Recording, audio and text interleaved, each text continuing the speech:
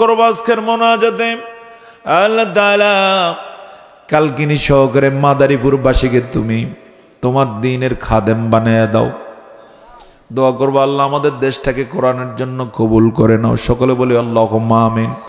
গোটা জাতি মিলে যদি কোরআনের সাথী হতে পারি, লাভ নাকি লস? লাভ নাকি লস? এর জন্য কষ্ট যদি করতে হয় করতে রাজি আছি কিনা ইনশাআল্লাহ। আল্লাহ কবুল করুন। সকলে বলি আল্লাহুম্মা আমিন। আর আল্লাহ না করুন যদি ব্যতিক্রম হয়ে যায়, আদালতে আখিরাতে জাহান্নামে যেতে হবে, সেদিনের পরিস্থিতিটা কি হবে? কোরআনের সূরা মুলকের মধ্যে আল্লাহ তাআলা বলে রেখেছেন, জাহান্নামীরা যখন জাহান্নামে যাবে, জাহান্নামের মধ্যে যখন ফেলে দেওয়া হবে, এত ভয়াবহ সেখানের সাজা, আগুনের লেলিহান শিখা এত মারাত্মকভাবে জ্বালিয়ে জ্বালিয়ে ব্যক্তিকে সেখানে এত কড়া সাজা দেওয়া হবে, চিৎকার চেঁচামেচি করতে থাকবে। তাদের এই চিৎকারে জাহান্নাম তাদের উপরে ক্রোধান্বিত হবে।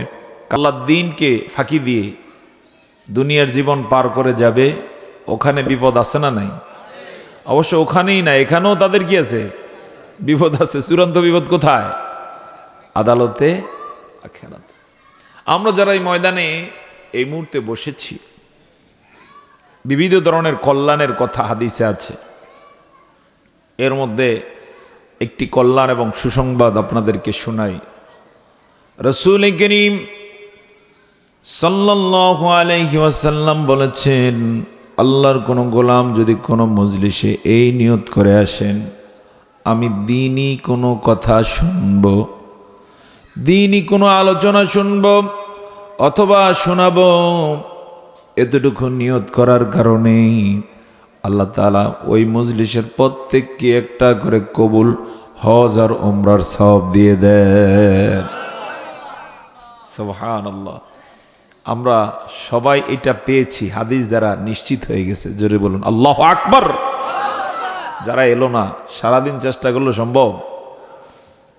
এরকম কেউ যদি থাকেন, মাহফিলের শব্দ আপনার কানে যাচ্ছে, মোনাজাতের পূর্বে হলো চলে আসুন, কিসমত খুলে যাবে। খুলে দিবেন কে? আর চাইলে আগামীকালকে মাহফিল হবে না, হবে নি, সম্ভাবনা নাই। আবার যদি আল্লাহ তাআলা সবারে বাঁচিয়ে রাখেন, আগামী বছর যদি পরিবেশ স্বাভাবিক থাকে হবে, নচেত সুযোগটা আর হলো না। আমার বন্ধুগণ, এই জন্য এই জাতীয় মজলিসের কখনো যদি এলান পান, দাওয়াত পান, সবার আগে থাকতে হবে না ফিসে? পারা যাবে তো ইনশাআল্লাহ? কোরআনের জন্য যারাই যেই পরিমাণ কষ্ট করবে, আল্লাহ তাআলা তাদেরকে সেই পরিমাণ, বরং তার চেয়ে বেশি পরিমাণ পুরস্কার দিবেন। সন্দেহ আছে নাকি কোনো? আল্লাহর পুরস্কারে কোনো সন্দেহ আছে? কোনো সন্দেহ নাই। মানুষের কথার গরমিল হতে পারে, আল্লাহর কথার কি নাই? গরমিল নাই। আল্লাহ তাআলা কোরআনুল কারীমে ঘোষণাটা এভাবে দিয়েছেন, ওয়ামান আসদাকু মিনাল্লাহি কিলা। কথায় আল্লাহর চেয়ে অধিক সত্যবাদী আর কে হতে পারে? জোরে জোরে বলুন সুবহানাল্লাহ। আল্লাহ তাআলা কোরআনে জান্নাতের যে বিবরণগুলো দিয়েছেন, একদিন জান্নাতীরা যখন বিবরণের মতো বরং তার চেয়ে সুন্দর জান্নাতটা পেয়ে যাবে, সেজদায় পড়ে যাবে সেদিন জান্নাতে। সেজদায় পড়ে তারা বলতে থাকবে, ওয়াকালুল হামদুলিল্লাহিল্লাযী সাদাকানা ওয়াদাহু ওয়া আওরাসানাল আরদা নাতাবাওয়াউ মিনাল জান্নাতি হাইসু নাশা ফানি'মা আজরুল আমিলিন। মানুষরা বলবে, ওয়াকালুল হামদুলিল্লাহ, সকল প্রশংসা ওই আল্লাহর জন্য, সাদাকানা ওয়াদা, যিনি তার ওয়াদা সত্যায়ন করেছেন। জোরে জোরে বলুন সুবহানাল্লাহ। যারা আল্লাহর জান্নাতের জন্য কাজ করবেন, আল্লাহ তাআলা সেখানে তাদেরকে হুবহু দিবেন নাকি একটু কম দিবেন? শুধু হুবহু নয়, অনেক বেশি দিবেন। যেখানে আল্লাহ জান্নাতের ওয়াদা করেছেন একটা, কাউকেও দেখা যাবে অনেকগুলো দিয়ে দিবেন। এমন এমন পুরস্কার দিবেন, মানুষ অবাক হয়ে সেজদায় পড়ে বলতে থাকবে, ওই আল্লাহর প্রশংসা করছি যিনি তার ওয়াদা সত্যায়ন করেছে।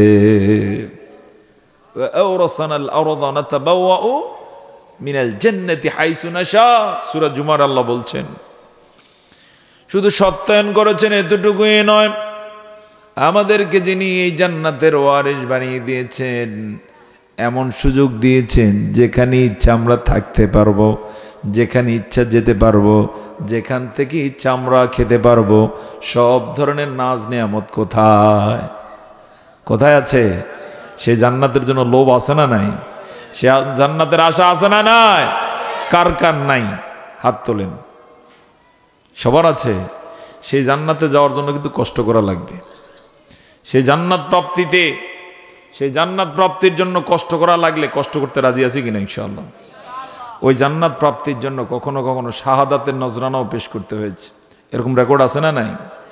নবীজির একজন সাহাবী বদর যুদ্ধের দিনে উমাইর বিন হুমাম রাদিয়াল্লাহু তাআলা আনহু, রাসূল করিম সাল্লাল্লাহু আলাইহি ওয়াসাল্লাম বদরের যুদ্ধের বিরতিকালীন সময়ে সকলকে উদ্দেশ্য করে ভাষণ দিলেন, যেন যুদ্ধে কেউ পিছপা না হয়, যুদ্ধে যেন সবাই অ্যাক্টিভ থাকে। রক্তক্ষয়ী যুদ্ধ। সাহাবায়ে কেরামের সংখ্যা মাত্র 313 জন। কাফের ছিল কত? 1000। ওদের কাছে আধুনিক সব অস্ত্র শস্ত্র, সাহাবায়ে কেরামদের কাছে তেমন নাই। নবীজি বক্তব্য দিলেন, এক পর্যায়ে বললেন, জান্নাত তোমাদের জন্য প্রস্তুত।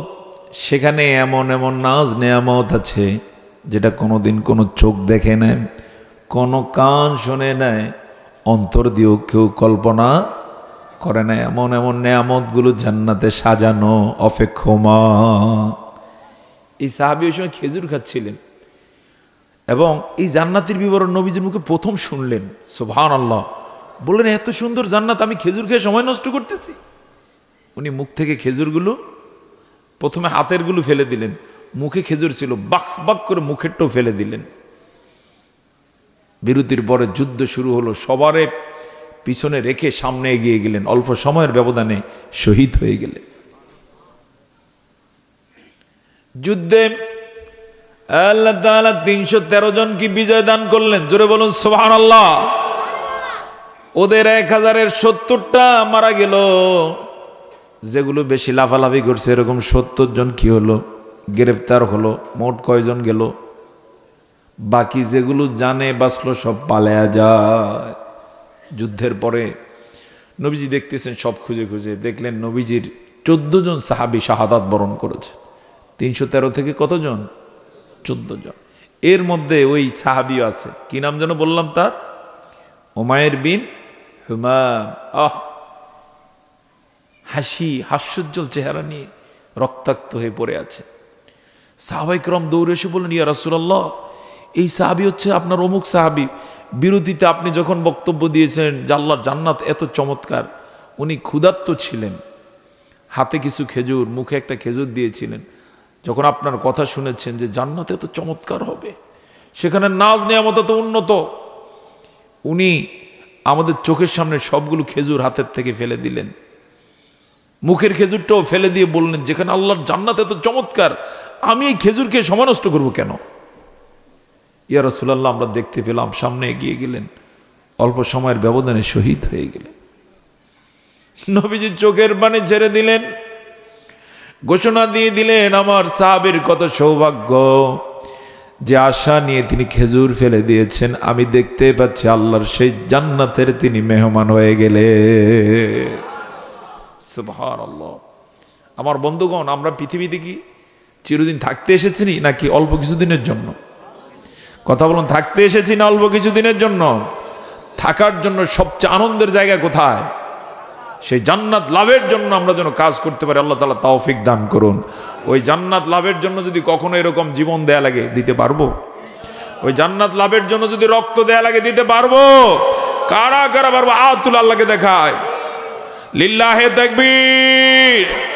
আল্লাহ তাআলা কবুল করুন, সকলে বলে আল্লাহুম্মা আমিন। সম্মানিত কালকিনিবাসী, আমি আপনাদের খেদমতে মহাগ্রন্থ আল কোরআনের একটি পরিচিত ঐতিহাসিক সূরা 110 নম্বর সূরা সূরাতুন নাসর তেলাওয়াত করেছি। আল্লাহ তাআলা যদি তৌফিক দেন, মোনাজাতের আগে এই সূরাকে কেন্দ্র করে কিছু কথা বলে যেতে চাই। সকলে বলেন ইনশাআল্লাহ। জবান ছেড়ে আমার সাথে বলুন ইনশাআল্লাহ। আমার সাথে একটু দোয়া পড়ুন, রব্বি শরহ লি সাদরি ওয়াসসির লি আমরি ওয়াহলুল উকদাতাম মিন লিসানি ইয়াফকাহু কওলি। সূরাতুন নাসর কোরআনের নাজিল করা শেষ সূরা, এরপর আর কোনো সূরা নাজিল হয় নাই। এই সূরাটি যখন নাজিল হয়, নবীজির চাচা হযরতে আব্বাস ইবনে আব্দুল মুত্তালিব রাদিয়াল্লাহু তাআলা আনহু কাঁদতে থাকলেন। এই সূরায় ভবিষ্যৎবাণী করা হয়েছে, ইঙ্গিত দেওয়া হয়েছে যে ইসলাম বিজয়ী হয়ে গিয়েছে। জোরে বলুন সুবহানাল্লাহ। আল্লাহ তাআলার ভাষায় ইযা জাআ নাসরুল্লাহি ওয়াল ফাth ওয়া রাআইতান নাসা ইয়াদখুলুনা ফি দীনিল্লাহি আফওয়াজা। মুখস্থ আছে সবার? তাহলে জবান শরীফ বলুন তো, যেন শীতান না থাকে, এভাবে উচ্চ আওয়াজে পড়বেন। ইযা جاء نصر الله والفتح ورأيت الناس يدخلون في دين الله أفواجا فسبح بحمد ربك واستغفره إنه كان توابا। যখন আল্লাহর সাহায্য এবং বিজয় আসবে, তুমি দেখতে পাবে মানুষেরা দলে দলে ইসলামে প্রবেশ করতেছে। ওয়ারাআইতান নাস ইয়াদখুলুনা ফি দীনিল্লাহি আফওয়াজা ফাসাব্বিহ। সুতরাং তুমি তাসবিহ পাঠ করো, বিহামদি রাব্বিকা, তোমার রবের প্রশংসায়, ওয়াস্তাগফিরহু, তার কাছে ক্ষমা প্রার্থনা করো, ইন্নাহু কানা তাওয়াবা, নিশ্চয়ই নিশ্চয়ই তিনি তাওবা কবুলকারী। কথা কার? এত আস্তে কালকিনিবাসী জবান ছাড়ুন, কৃপণ না হয়ে সাহসী হয়ে বলুন এই কথাগুলো কার? ইন্নাহু কানা তাওয়াবা। এই সূরা নাজিলের পরে কোন সাহাবী আনন্দিত হলেন, কারণ তারা দেখতে পাচ্ছেন মানুষ এখন দলে দলে এসে ইসলাম গ্রহণ করতেছে। সুবহানাল্লাহ। এখন থেকে কয়েক বছর আগে যেখানে একজনও ইসলাম গ্রহণ করতে সাহস করতো না, ভয় পেত, গোপনে গোপনে ইসলাম গ্রহণ করত, কিন্তু এমন একটা সময় চলে এসেছে, দেখা গেল হাজার হাজার লোক একসাথে এসে মুসলমান হয়ে যায়। এই দৃশ্য দেখে সূরা নাজিলের পরে কোন সাহাবী অনেক আনন্দিত হলেন, কিন্তু দেখা গেল নবীজির চাচা হযরত আব্বাস রাদিয়াল্লাহু তাআলা আনহু, আব্দুল্লাহ ইবনে আব্বাস রাদিয়াল্লাহু তাআলা আনহুর আব্বাজান, তিনি কাঁদতেছেন। লোকেরা জিজ্ঞেস করেন আপনি কাঁদেন কেন? সাথে সাথে বললেন কারণ হলো কোরআনের এই সূরার মধ্য দিয়ে একটা সিগন্যাল দেওয়া হয়েছে, আমার ভাতিজা আখিরি জামানার পয়গম্বর মুহাম্মদুর রাসূলুল্লাহ সাল্লাল্লাহু আলাইহি ওয়াসাল্লাম আর পৃথিবীতে বেশি দিন থাকবেন না। তার প্রমাণ হয়ে গেছে এই সূরা নাজিলের মধ্য দিয়ে। জোরে বলুন সুবহানাল্লাহ। কারণ নবীজি এসেছেন ইসলামকে পরাজিত রাখার জন্য না বিজয়ী করার জন্য? আমি জানতে চাই নবীজি ইসলাম বিজয়ী করে গেছেন নাকি এমনি রেখে গেছেন? ইসলাম বিজয়ের মানে হচ্ছে নবীজির মিশন কি কমপ্লিট হয়ে গেছে, তার দায়িত্ব শেষ। সত্যি সত্যি ইতোমধ্যে বিদায় হজ হয়ে যায়। বিদায় হজে নবীজি ১০০ লক্ষ সাহাবী পেলেন, তাদেরকে বললেন আমি কি আমার দায়িত্ব পালন করেছি? সেদিন সাহাবাই কি বলছিলেন? অবশ্যই অবশ্যই আপনি আপনার দায়িত্ব পালন করেছেন। তখন তিনি আসমানের দিকে তাকিয়ে বললেন আল্লাহুম্মা শাহাদ, আল্লাহুম্মা শাহাদ, আল্লাহুম্মা শাহাদ, হে আল্লাহ আপনি সাক্ষী থাকুন আমি আমার দায়িত্ব পালন করেছি। এরাও কি দিয়েছে? সাক্ষী দিয়েছে। আমার পরে যে অস্বীকার করবে, কোরআন মানবে না, হাদিস মানবে না, মহিলারা বেপরদায় চলবে, পুরুষেরা বেপরদায় চলবে, বেনামাজি হয়ে যাবে, এটা তখন তাদের দায়িত্ব হবে, আমার দায়িত্ব হবে না, কারণ আমি আমার দায়িত্ব কি পালন করেছি। আল্লাহ আপনি সাক্ষী থাকুন। জোরে বলুন সুবহানাল্লাহ। নবীজি এই কথা বলেছেন, ইসলাম বিজয়ী তিনি রেখে গিয়েছেন। জোরে বলুন সুবহানাল্লাহ। তো আমার বন্ধুগণ, সেই বিজয়ী ইসলাম আজকে বিজয়ী নাকি পরাজিত আমি জানতে চাই। হ্যাঁ, আজকে বেশি দূরে যাওয়ার দরকার নেই, আমাদের বাংলাদেশের কথা বলুন, ইসলাম আজকে বাংলাদেশে বিজয়ী না পরাজিত? পরাজিত। আজকে কোরআন দিয়ে একটা আইন মানা হয় না। যেমন কোরআনে আছে যদি কেউ জেনা ব্যভিচার করে তাহলে তার সাজা কি? হ্যাঁ, যদি কোনো বিবাহিত নারী এবং পুরুষ জেনা করে, অবৈধ মেলামেশা করে, তাহলে দুইটারে কি করতে হবে? পাথর মেরে হত্যা করতে হবে। আসেনি এই বিধান? সর্বোচ্চ মামলা একটা দেয়, গ্রেফতার একটু হয়, কয়েকদিন পরে চোর হয়ে ঢুকলে ডাকাত হইয়া বের হয়, এরকম ঘটনা আছে না নাই? অবশ্য বাংলাদেশে এরকম নাই। হ্যাঁ, আরো কত যে অপকর্ম এই দেশে চলছে বলে শেষ করা যাবে না। আমার বন্ধুগণ, যদি একটারও এরকম শাস্তি দেওয়া হতো তাহলে এই দেশে অবৈধ অপকর্ম কি আর হতো? চোরের শাস্তি হচ্ছে যদি স্বেচ্ছায় প্রণোদিত হয়ে কেউ চুরি করে, অবশ্যই এটার সাজা হতো হাত কেটে দেয়া। একটা চোর কেউ যদি হাত কাটা হতো, বাকি চোররা ভালো হইতো নাকি চুরি করতো? হ্যাঁ, কিন্তু দেখা যায় চুরির কোনো সাজা না হওয়ার কারণে এমপি হওয়ার পরও এমপিও চুরি করে, এরকম ঘটনাও আছে না? না, মানে চোরের কি বিচার না থাকার কারণে চোরের উপদ্রব বেশি না কম? কথা বলুন, বেশি না কম? এজন্য দেশটাকে যেন জাহান্নাম বানিয়ে দেওয়া হয়েছে। জোরে বলুন নাউজুবিল্লাহ। ফলশ্রুতিতে হচ্ছে কি, বহু মানুষ আজকে না খেয়ে থাকতে হয়, বহু ভালো মানুষের সন্তান মানুষের কাছে ভিক্ষার হাত পাততে হয়। ঘটনা আছে না না এরকম? বহু মানুষ সুদের উপরে টাকা নিতে হয়, বহু মানুষ এরকম আছে চিকিৎসা খরচ না চালাতে পেরে বিনা চিকিৎসায় নির্মমভাবে মারা যায়। আরো কত যে কষ্টের জীবন। বহু মানুষ আছে নিজের কলিজার টুকরা সন্তানকে বিদেশে পাঠাতে হয়, সেই সন্তান বিদেশে ইনকাম করতে গিয়েছে, দেখা যায় প্রতিমধ্যে সলিল সমাধি হয়, নৌকা ডুবে মারা গিয়েছে মাদারীপুরের লোক, এরকম ঘটনা আছে না নাই? এর কারণ কি? এর কারণ হচ্ছে এই দেশে আল্লাহর কোরআনের কোনো বিধান না থাকার কারণে নির্মমতার শিকার হতে হচ্ছে পদে পদে। কথা বলুন ঠিক না? এভাবেই চলবে নাকি পরিবর্তন দরকার? আপনারা মন থেকে বলতেছেন এভাবেই চলবে না পরিবর্তন দরকার? এই পরিবর্তনের একটা সুযোগ আল্লাহ রেখেছেন চোখের সামনে। জাতীয় নির্বাচন কত তারিখে? সেখানে নামাজি লোককে ভোট দেওয়া দরকার নাকি বেনামাজিকে?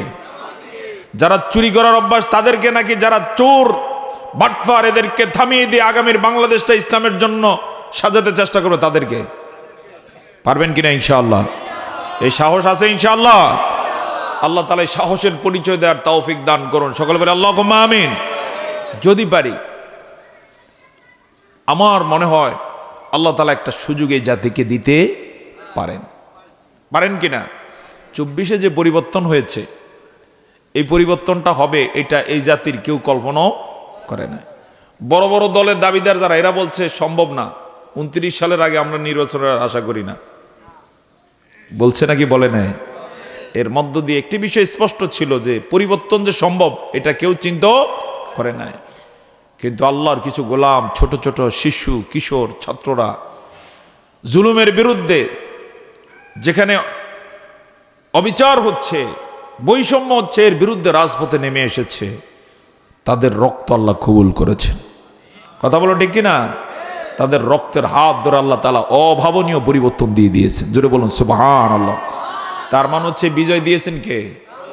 আসতে বলবেন না কে? যে আল্লাহ 24-এ বিজয় দিয়েছেন, আমি বিশ্বাস করি সে আল্লাহ তাআলা আগামী নির্বাচনে ব্যাপক পরিবর্তন দিতে পারেন। তবে কোনো কিছু আল্লাহ তাআলা এমনি এমনি দিয়ে দেন না, চেষ্টা করা লাগে নাকি লাগে না? আর চেষ্টা করলে পরে আল্লাহ তাআলা এমন কিছু দেন যেটা মানুষ কল্পনাও করে না। আমার বন্ধুগণ, সেক্ষেত্রে যদি আল্লাহ তাআলা আমাদের কষ্টের উসিলা করে এই জাতিকে একটা পরিবর্তন দিয়ে দেন, আমি বিশ্বাস করি এই জাতির চুরি থেমে যাবে, রাষ্ট্রীয় দুর্নীতি থেমে যাবে, রাষ্ট্রীয়ভাবে যত অন্যায় অবিচার এগুলো যদি থেমে যায়, আমি জানতে চাই এই জাতি এই অবস্থায় থাকবে না উন্নত হবে? উন্নত করে দিবেন কে? আল্লাহ তাআলা কুরআনুল কারীমে বলেন, ওয়ালাউ আন্না আহলাল কুরা আমানু ওয়াত্তাকাউ লাফাতাহনা আলাইহিম বারাকাতিম মিনাস সামাই ওয়াল আরদ। যদি গ্রামবাসীরা আমার প্রতি ঈমান আনে এবং তাকওয়া অবলম্বন করে, আমি তাদের জন্য আসমান এবং জমিনে বরকতের যত দরজা আছে সবগুলোই খুলে দেব।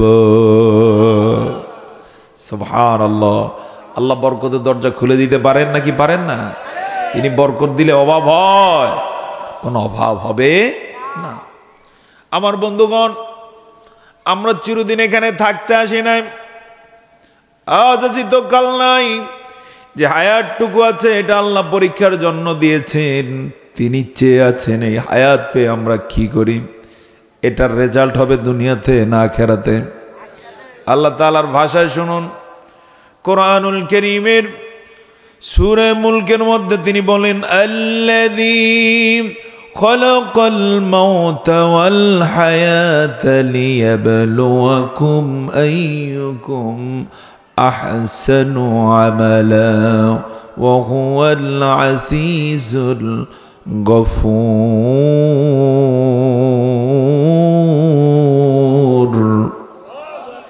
তিনি এমন সত্তা যিনি মৃত্যু এবং জীবন সৃষ্টি করেছেন তোমাদেরকে পরীক্ষা করার জন্য। জোরে জোরে বলুন সুবহানাল্লাহ। খালাকাল মাউতা ওয়াল হায়াতা লিয়াবলুয়াকুম, যেন তিনি তোমাদেরকে পরীক্ষা করতে পারেন। আইয়ুকুম আহসানু আমালা, তিনি দেখতে চান কাজের দিক থেকে কে আহসান হয়, সেরা হয়ে যায়। জোরে জোরে বলুন সুবহানাল্লাহ। আমি একটা উদাহরণ দেবো, এবার খুব কান খাড়া করে শুনুন। আমরা এখানে যারা আছি, ধরুন একই মজলিসে বসা, হোগলাগুলো সবার সমান, কিন্তু মৃত্যুর পরে সবার জায়গা কি সমান হবে? কারো কারো মর্যাদা হয়তো আকাশচুম্বী হয়ে যাবে, হবে না ইনশাল্লাহ? কারা আকাশচুম্বী মর্যাদা পাবে? কাজের দিক থেকে যারা কি হয়ে যাবে? সেরা হয়ে যাবে। এটাকে আরো ভালো করে বোঝার জন্য বলছি, কান খাড়া করে শুনুন। এই যে ক্লাস 5-এ আমরা পড়েছি, যে সময় ক্লাস 5 চলতেছিল, সব শিক্ষার্থী প্রাইমারিতে সমান। বাস্তব নাকি অবাস্তব? কিন্তু এমএ পর্যন্ত আসতে আসতে সবার মান সমান না, এদিক সেদিক হয়ে গেছে। হ্যাঁ, এদিক সেদিক হয়ে গেছে। কর্মজীবনে এসে দেখা যাবে 5-এর ছেলেটা সচিব হয়েছে, আবার একই ক্লাসে পড়ছে, কেউ কেউ রিক্সা চালায়। হয় নাকি হয় না? অনুরূপভাবে এই কালকিনিতে হয়তো আমরা একসাথে 2026-এ আছি। কেউ কেউ আল্লাহর কোরআন মানার কারণে, আল্লাহ রসুলের সুন্নাহ মানার কারণে সময়ের ব্যবধানে আদালতে আখিরাতে জান্নাতের মেহমান হয়ে যাবে। আবার এমন কেউ কেউ হতে পারে যে আল্লাহর কোরআনকে গুরুত্ব দিবে না, দুনিয়ার লোভ যাকে ধ্বংস করে দিবে, আদালতে আখিরাতে জান্নাত তো পাবে না, হয়তো বা দেখা যাবে জাহান্নামী হয়ে গেছে।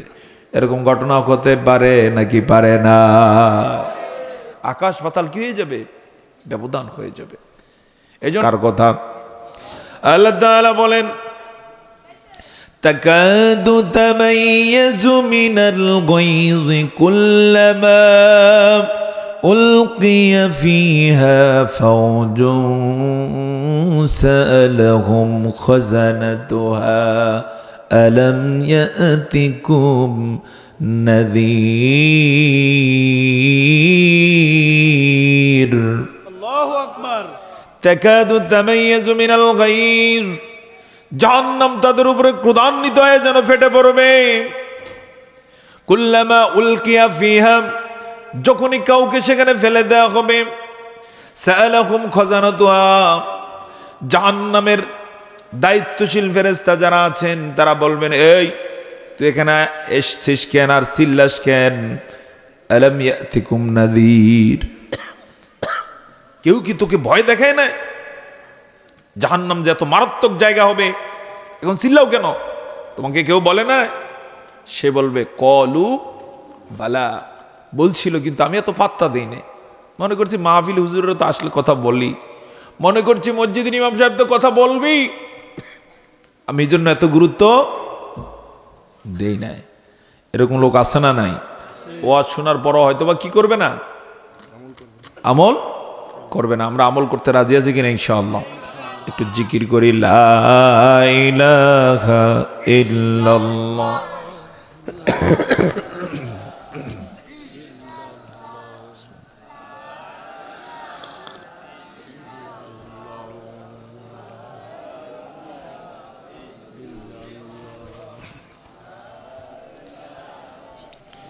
এসো না আল্লাহর নামে গান গাই, এসো না মন প্রাণ জুড়াই, এসো না মন প্রাণ জুড়াই, লা ইলাহা ইল্লাল্লাহ,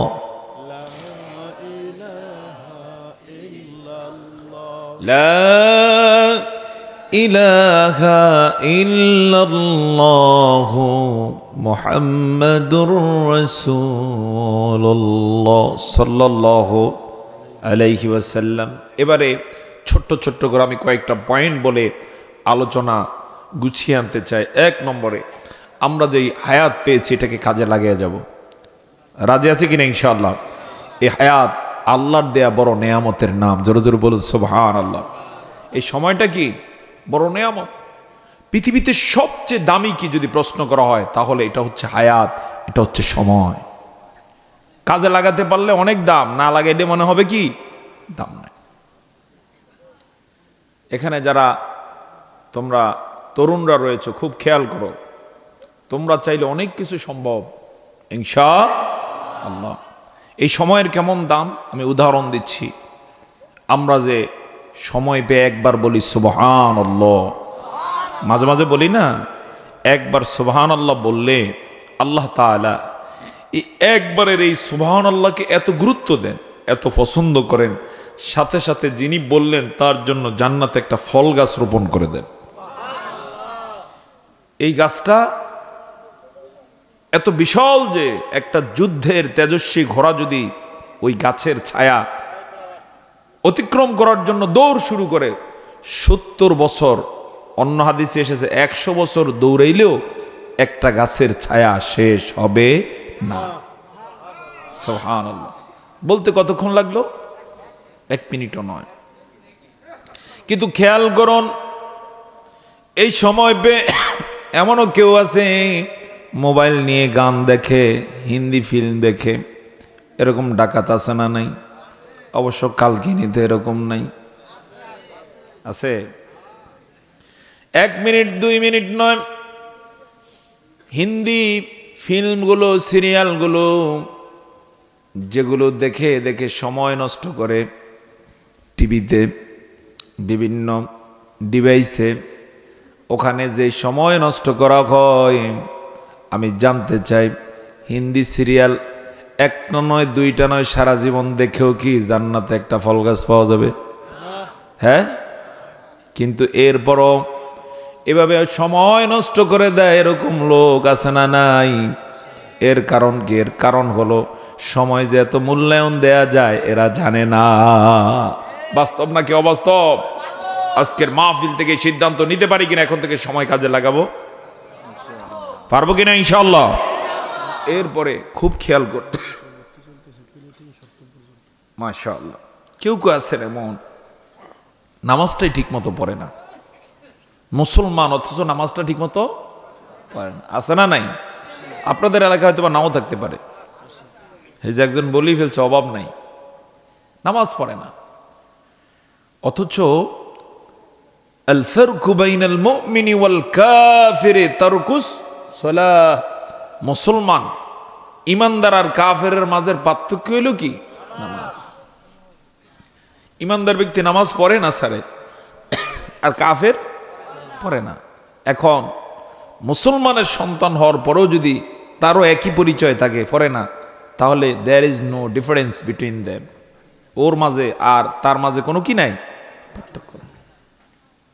এই নামাজ কত বড় সম্পদ, কত বড় নিয়ামত জানা আছে কিনা? নবী করিম সাল্লাল্লাহু আলাইহি ওয়াসাল্লাম উপমা দিতে গিয়ে বলেছেন, 5 ওয়াক্ত সালাত রয়েছে, সেখানে শুধু ফজরের সুন্নতের তিনি উপমা দিয়েছেন। ফজরের 2 রাকাত সুন্নতের দাম রাকাতাইনি মিনাল ফাজরি খায়রুম মিনাদ দুনিয়া ওয়া মা ফিহা। সমগ্র পৃথিবীতে যা কিছু আছে, যেমন কালকিনিতে কি পরিমাণ জমি আছে, জমির দাম এখানে আছে না নাই? ধরেন ওই যে 1 বিঘা জমি কত টাকা দাম? একটা আইডিয়া নিচ্ছি আপনাদের, কত টাকা দাম? রাস্তার সাথে 50 লাখ কালকিনির। সেটা যদি ঢাকা শহরের হয়, সেটা যদি আমেরিকার হয়, ওরে খোদা, নাকি? আমার বন্ধুগণ, শুধু আমেরিকার কালকিনি নয়, তাম পৃথিবীতে যত জমি আছে, শুধু জমি নয়, যত বাড়ি আছে, শুধু বাড়ি নয়, জমিনের উপরে যত সম্পদ আছে, উপরের সম্পদ নয়, জমিনের ভিতরে যত সম্পদ আছে, স্বর্ণ, হীরা, আরো বিভিন্ন নাজ নেয়ামত, সব একত্র করলে যত দাম হবে। আপনি যে ফজরের সময় কালকিনিতে মসজিদে শীতের মধ্যে গিয়ে 2 রাকাত সুন্নত পড়লেন, আল্লাহ তাআলা ওই 2 রাকাত সুন্নতের দাম তার চেয়ে বেশি দেয়। সুবহানাল্লাহ। কিন্তু সেই সুন্নত অনেকে পড়ে না, ফরজই পড়ে না। এর কারণ কি? এর কারণ হচ্ছে সে জানে না। আজকের মাহফিলটা আশা করছি এই সকল ভুল ভেঙে দিবে ইনশাআল্লাহ। এখন কেউ কেউ বলতে পারেন, হুজুর এই যে নামাজ পড়ে না, এর কারণ হচ্ছে মূলত এগুলো নগদ পায় না। তো যেমন নামাজের দাম তো আর কি দেয়া হয় না, হয়তো বা নগদ দেয়া হয় না, জন্য বোঝে না। আল্লাহ যদি নগদ দিত তাইলে ঠিকই পড়ত। সেক্ষেত্রে আপনাদেরকে বলে যায়, ফজরের নামাজ নয় শুধু, সব নামাজ, সব ভালো কাজেরই আল্লাহ তাআলা পুরস্কার নগদ দিতে পারেন, কিন্তু আপনি রাখার মতো জায়গা পৃথিবীতে নাই। যেমন ফজরের 2 রাকাত সুন্নতের দাম এই পৃথিবীর চেয়েও বেশি। এখন সকালবেলা সুন্নত বললেন আপনারা 10 জনে মিলে, 10 জনের জন্য তাহলে কয়টা পৃথিবী দরকার? 10টা। এখন ফেরেশতা যদি এগুলো নগদ নিয়ে আসতেন, রাখার মতো জায়গা কালকিনিতে আছে কিনা?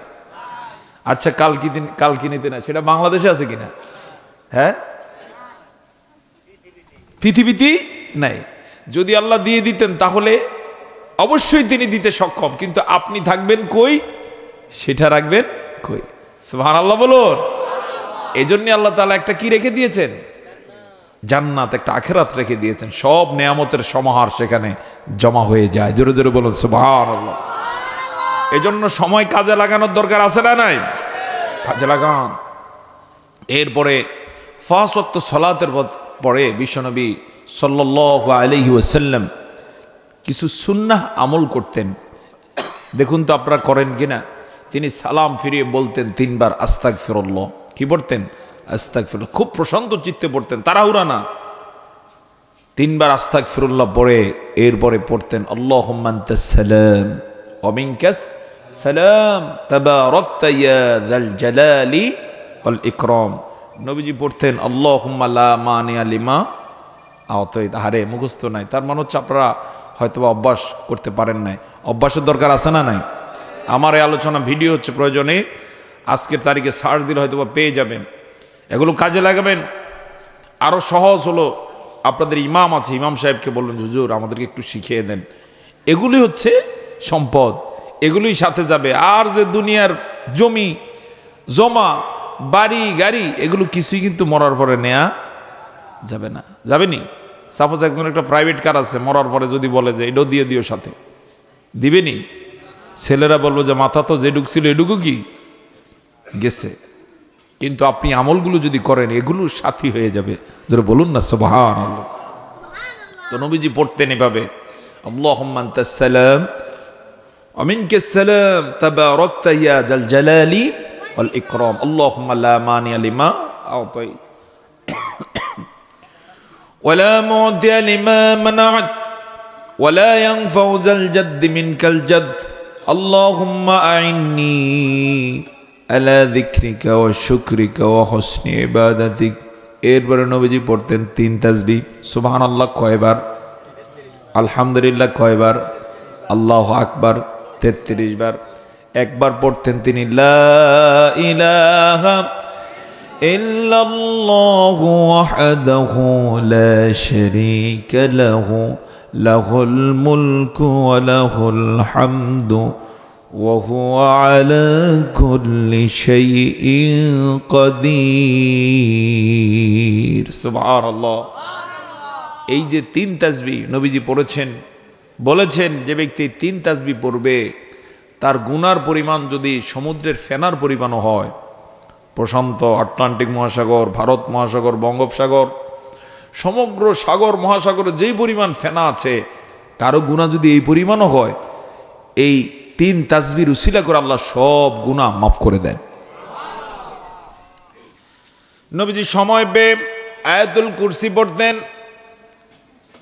আয়াতুল কুরসির মর্যাদা বর্ণনা করতে গিয়ে তিনি বলেছেন, আল্লাহর কোন গোলাম যখন আয়াতুল কুরসি পড়ে, যেমন ফজরের পরে পড়লেন, জোহরের আগে যদি সে মারা যায়, মৃত্যুর সাথে সাথে আল্লাহর জান্নাতের সে মেহমান হয়ে যাবে। আয়াতুল কুরসি পড়লে তার মাঝে আর কবরের এই জিন্দিগিটা ছাড়া জান্নাতের মাঝে কোনো পর্দা থাকে না। অর্থাৎ মৃত্যুর সাথে সাথে সোজা কোথায় চলে যাবে? জান্নাতে চলে যাবে। এগুলো আমল হয়তো মনে হতে পারে ছোট, কিন্তু দাম আছে না নাই? আচ্ছা, এই সময়গুলো কাজে লাগাবো। রাজি আছে কিনা ইনশাআল্লাহ? আর অনেক কল্যাণের কথা আছে, সময় কাজে লাগাইলে এটা হয়ে যাবে। আল্লাহ তাআলা এই জন্যই সময় দিয়েছেন আমাদেরকে সবচেয়ে দামি নেয়ামত হিসেবে। দুঃখজনক হলেও সত্য, সেভাবে কাজে লাগাইতে পারি না। হ্যাঁ, এবারে মূল পয়েন্ট আপনি টাচ করেছেন, হৃদয় ছোঁয়া পয়েন্ট। এই সময়কে কেন কাজে লাগাইতে পারি না?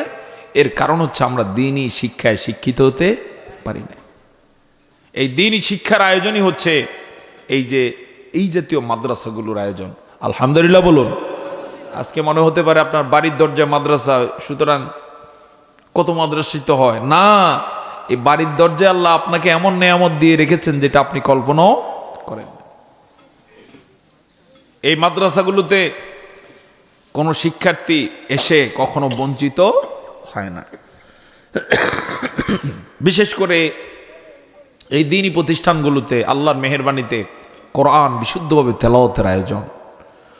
অনেক মুরব্বীরা নামাজে ঠিকমতো পাবন্দি হয় না, গুরুত্ব দিয়ে নামাজ আদায় করেন না। এর কারণ কি খুঁজলে দেখা যায় ছোটবেলায় কোরআন শিখেন নাই। যদি কোরআন কেউ এই মাদ্রাসাগুলোতে শিখে, আমি বিশ্বাস করি এরা কখনো বেনামাজি হবে না।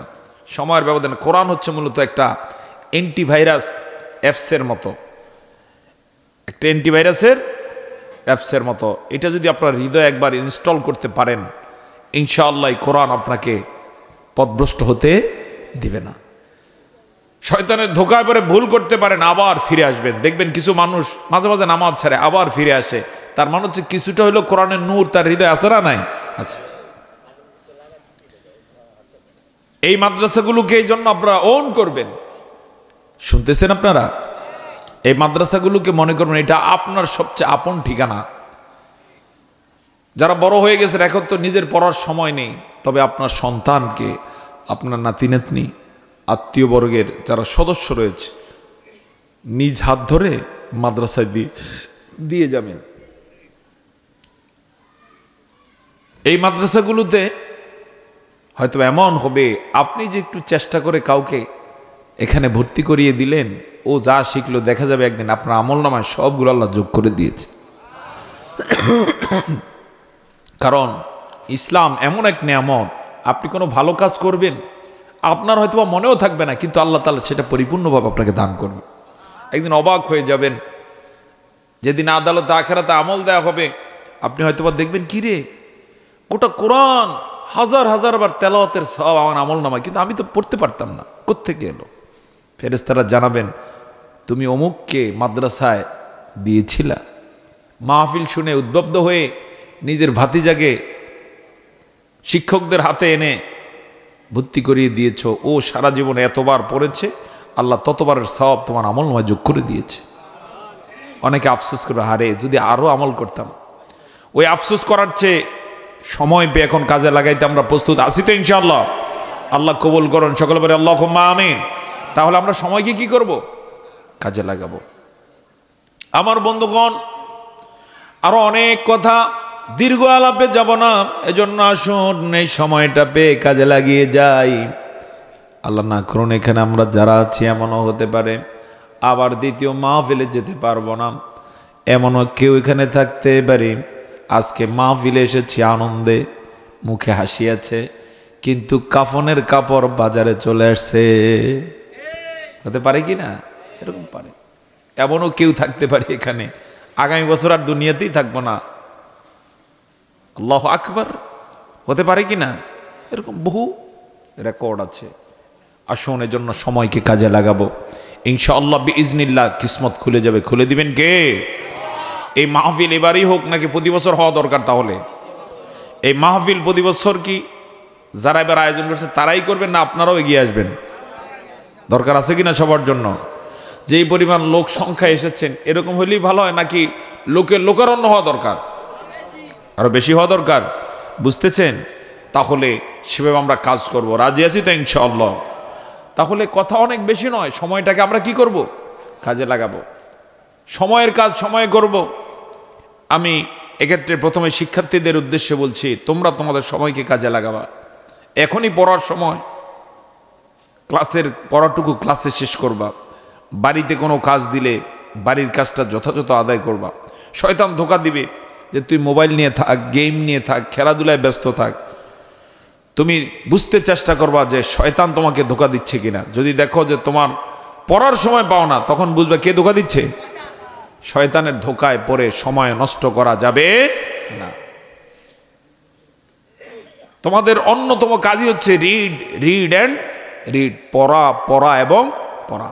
এই পড়া ছাড়া অন্য কোনো চিন্তা এখন তোমার দরকার নাই। তরুণ যারা রয়েছে, যুবক যারা রয়েছে, যাদের পড়া শেষ পর্যন্ত চলে এসেছে, অনার্স লেভেলে, মাস্টার্স লেভেলে, তোমাদেরকেও বলবো এখনো সময় আছে, পড়াশোনায় মনোযোগী হও। এরপরে কর্মজীবনে যারা চলে এসেছেন চেষ্টা করবেন প্রতিদিনের কাজ প্রতিদিনে সুসম্পন্ন করার জন্য, সফল হওয়ার জন্য। এমনটা কখনোই করবেন না যে একটা কাজ এখন করতে পারেন, আপনি চিন্তা করেন আগামীকালকে করবেন। আগামীকালটা আপনার নয়, আপনার সময়টা এখনই। কথা বলুন ঠিক কিনা?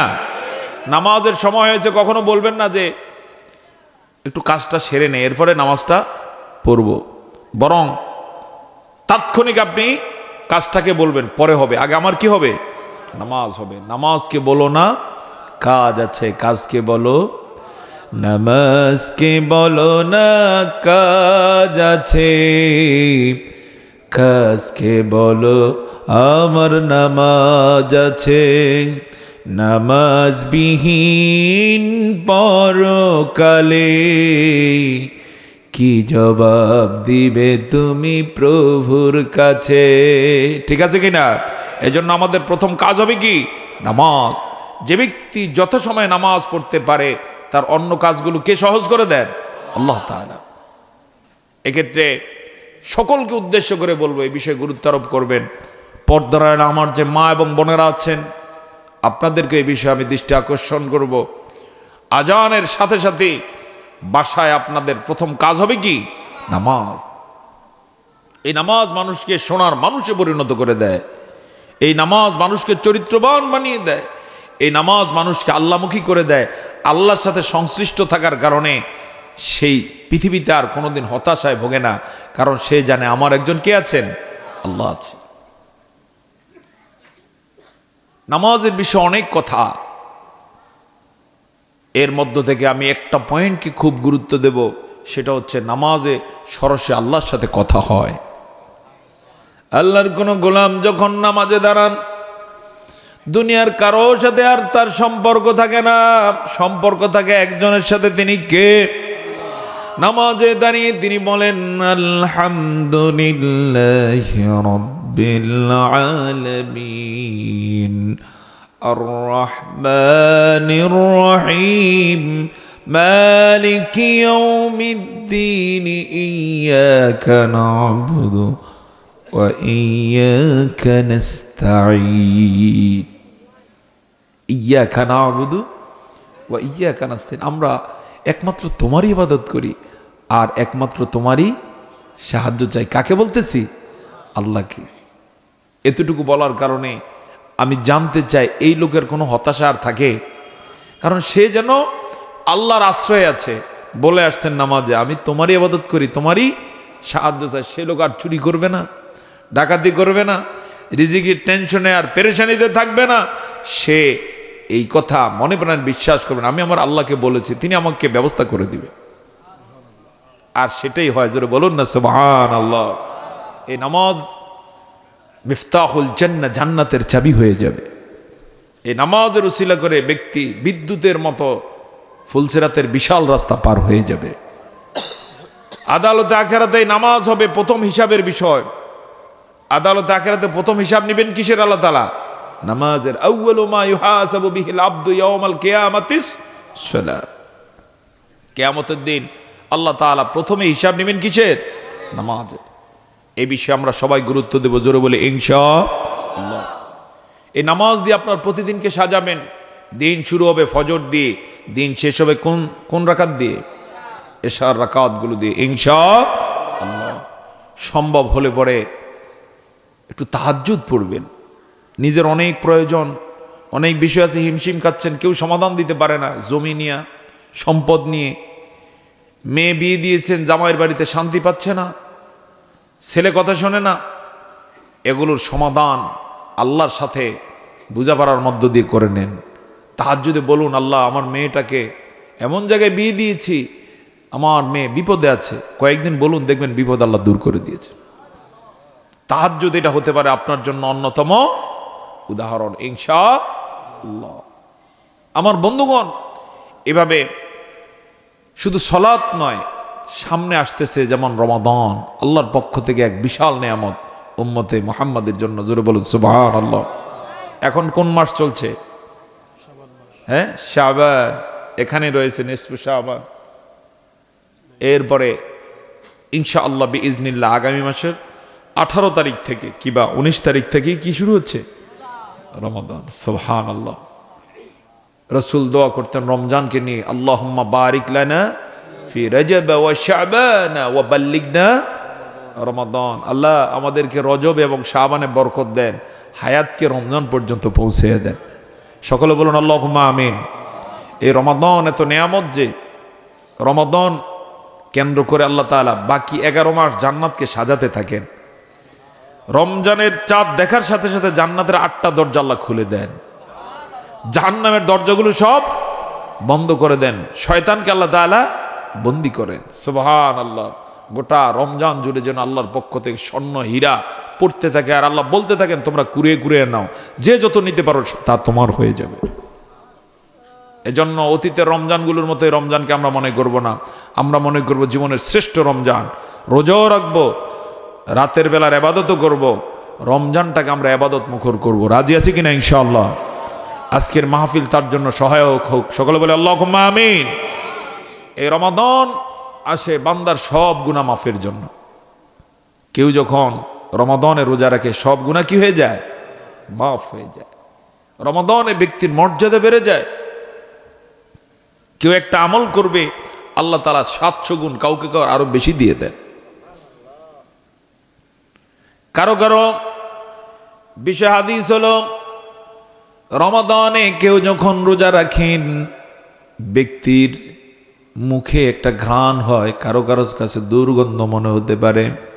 নবীজি বলেছেন, রমাদানে রোজাদারের মুখের দুর্গন্ধ আল্লাহর কাছে মেশকের ঘ্রাণের চেয়ে প্রিয় হয়। আর রোজাদারের জন্য দুইটা আনন্দের বিষয়,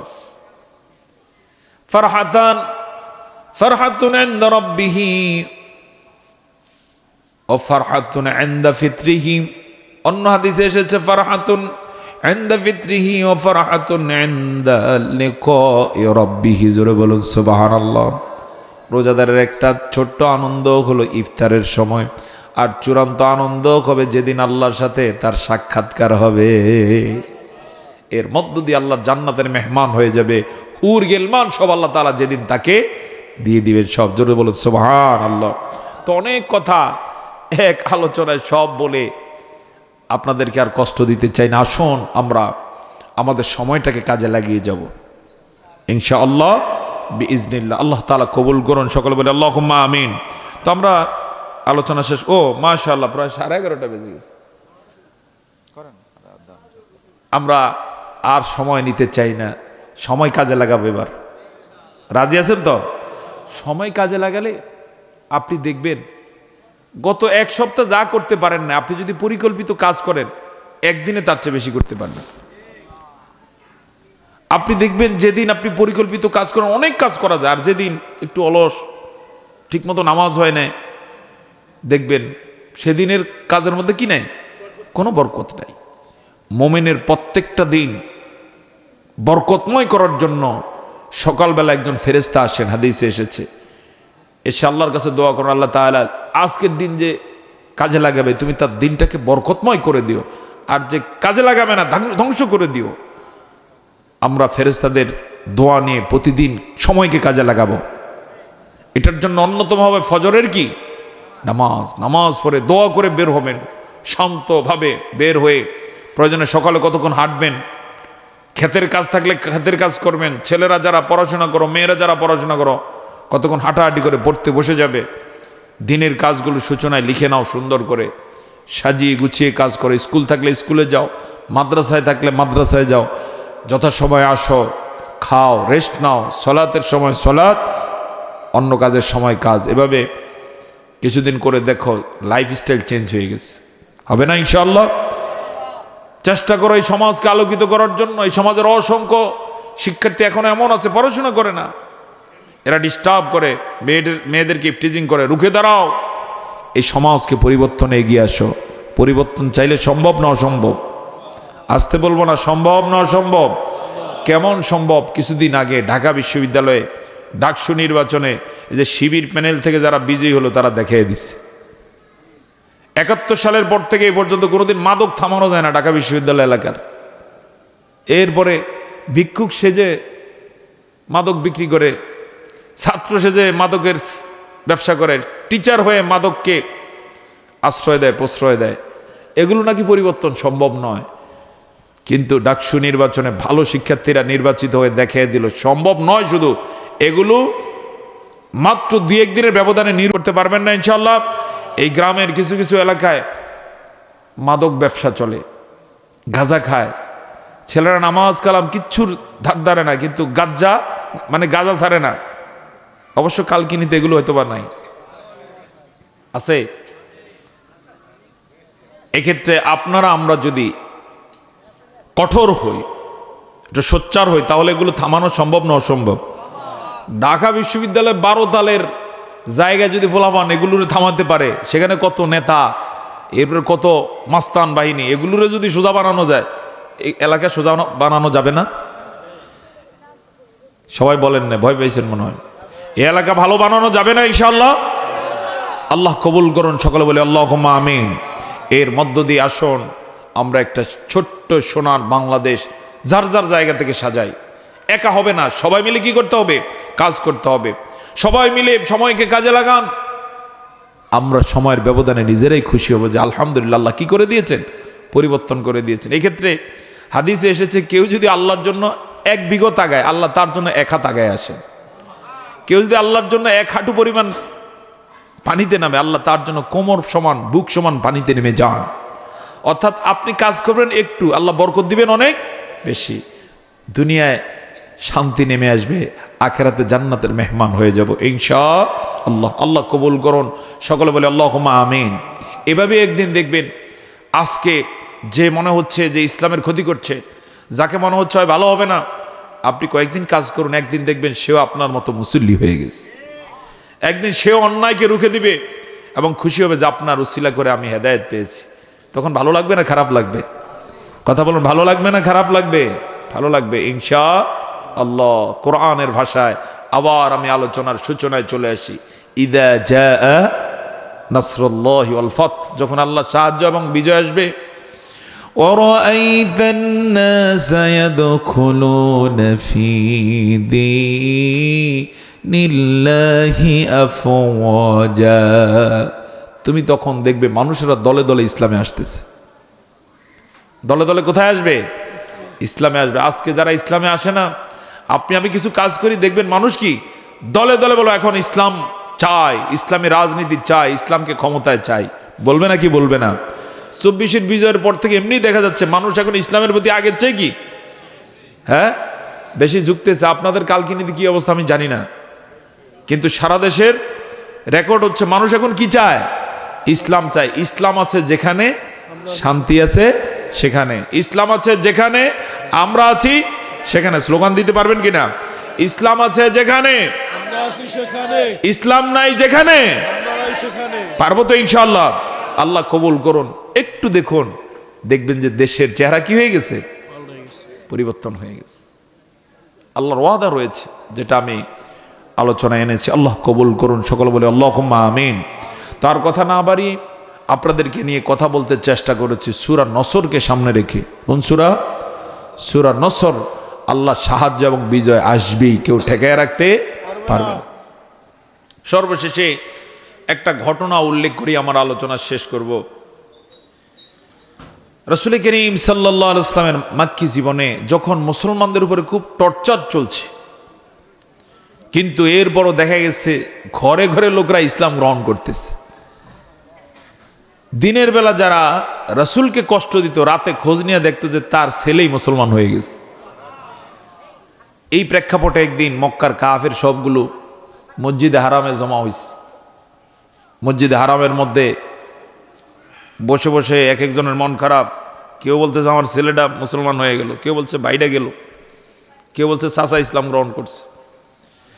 ইসলাম গ্রহণ করার কারণে তখন বিভক্ত হয়ে যাচ্ছে ঘর সংসার। কারণ মুসলমান কখনো অমুসলিমের কালচার গ্রহণ করতে পারে না। তেল আর পানি যেমন মিশে না, হালাল আর হারাম তেমন মিশতে পারে না। তো মন খারাপ, এক একজন এক এক ধরনের কথা বলছে, কি করা যায় কি করা যায়। সেখানে হযরত আবু সুফিয়ান রাদিয়াল্লাহু তাআলা আনহুর শ্বশুর উতবা বিন রাবিয়া, মুরব্বী, সে বলল, শোনো, আমি দেখতে পাচ্ছি মসজিদ হারামের মধ্যেই মুহাম্মদ সাল্লাল্লাহু আলাইহি ওয়াসাল্লাম আছে, তো তোমরা যদি একমত হও আমি একটু তার সাথে পার্সোনাল কথা বলতে চাই, দেখি তারে আমি বাগায় আনতে পারি কিনা, একটু বুঝাইতে পারি কিনা, ইসলাম থেকে যেন সে সরে যায়, এই দাওয়াতি কাজ থেকে যেন সে সরে যায়। নাউজুবিল্লাহ বলতে পারেন না? লোকেরা বলল, দেখতেও পারো, তবে মনে হচ্ছে তেমন একটা কি কাজ হবে না, ফলপ্রসূ হবে না। বললো আমি দেখি। সে ওই মজলিস থেকে রাসূলের কাছে এলো। শুনতেছেন আপনারা? খুব গুরুত্বপূর্ণ পয়েন্ট কিন্তু। সে বলল, মুহাম্মদ, আমি তোমার সাথে একটু কথা বলতে এসেছি। নবীজি বললেন, বলুন। উতবা বলল, তুমি যে ইসলামের দাওয়াত দাও, এর মধ্য দিয়ে ঘরে ঘরে তুমি অশান্তি সৃষ্টি করেছ। তোমার দাওয়াত পেয়ে কারো ভাই ইসলাম গ্রহণ করার কারণে ভাইয়ের সাথে শত্রুতা শুরু হয়ে গেছে। সন্তান ইসলাম গ্রহণ করার কারণে বাবার সাথে সম্পর্ক ভালো না। আমি এসেছি তোমাকে কয়েকটা পরামর্শ দেওয়ার জন্য, তোমাকে কয়েকটা অফার নিয়ে এসেছি। এক নম্বরে হলো, তুমি যে ইসলামের দাওয়াত দাও এর দ্বারা যদি উদ্দেশ্য হয়ে থাকে তুমি ধনী হতে চাও, তাহলে আমাকে বলো, আমরা সবাই মিলে তোমাকে মক্কার ধনী বানিয়ে দেব, শুধু ইসলামের কাজটা বাদ দাও। সবাই বলুন নাউজুবিল্লাহ। নবীজি চুপ থাকলেন। সে আবার বলতে চেষ্টা করলো, এর দ্বারা যদি উদ্দেশ্য হয় তুমি নেতা হতে চাও, তাহলে আমাদেরকে বলো, তোমাকে নেতা বানিয়ে দেব, এরপরও ইসলামের কাজটা তুমি বাদ দিয়ে দাও। নাউজুবিল্লাহ। নবীজি চুপ থাকলেন। সে আবার বলল, অথবা এর দ্বারা যদি উদ্দেশ্য হয়ে থাকে কোনো ভালো সুন্দরী নারী বিয়ে করতে চাও, তুমি যদি ইসলামের কাজ বাদ দিয়ে দাও, তাহলে আমি কথা দিচ্ছি মক্কার সবচেয়ে সেরা বংশের সুন্দরী নারীর সাথে, তরুণীর সাথে তোমার বিবাহের ব্যবস্থা করব। অথবা তোমার যদি কোনো শারীরিক সমস্যা থেকে থাকে, জিন ভূতে আসর করে থাকে, আমাদেরকে বলো, আমরা সেরা ডাক্তার দিয়ে চিকিৎসার ব্যবস্থা করব। এভাবে সে একটার পর একটা কথা বলল। নবীজি শুধু শুনলেন। এক পর্যায়ে সব অফার শেষ হয়ে যায়। নবীজি বললেন, চাচা কথা শেষ হয়েছে কিনা? বললেন, হ্যাঁ, যা অফার নিয়ে এসেছি শেষ, এবার তোমার মতামত দাও। নবীজি নিজের পক্ষ থেকে কোনো কথা বললেন না, শুধু সূরা হামিম আস-সাজদা থেকে একটু তেলাওয়াত শুরু করলেন।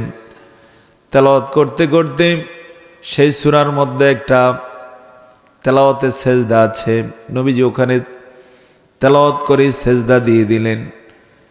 কাফেরগুলো দেখতে পাচ্ছিল, উতবা পারে না যেন নিজেও সেজদা দিয়ে দেয়। এতক্ষণ পর্যন্ত সে আসন পেতে বসা ছিল। নবীজি যখন হৃদয়গ্রাহী তেলাওয়াত করতে থাকলেন, ও আর আসন পেতে বসে থাকতে পারে না, কাঁপতেছিল। এক পর্যায়ে আসন ছেড়ে পিছনে হেলান দিয়ে বসে কোনো মতে শুনল। তেলাওয়াত যখন শেষ হয়ে গেল, নবীজি বললেন, চাচা আমি যা তেলাওয়াত করেছি শুনতে পেয়েছেন কিনা? সে মাথা নাড়িয়ে নাড়িয়ে সায় দিল, শুনতে পেয়েছে। এবার নবীজি বললেন, আপনি যে অফার আমাকে দিয়েছেন তার বদৌলতে এটাই হলো আমার স্টেটমেন্ট।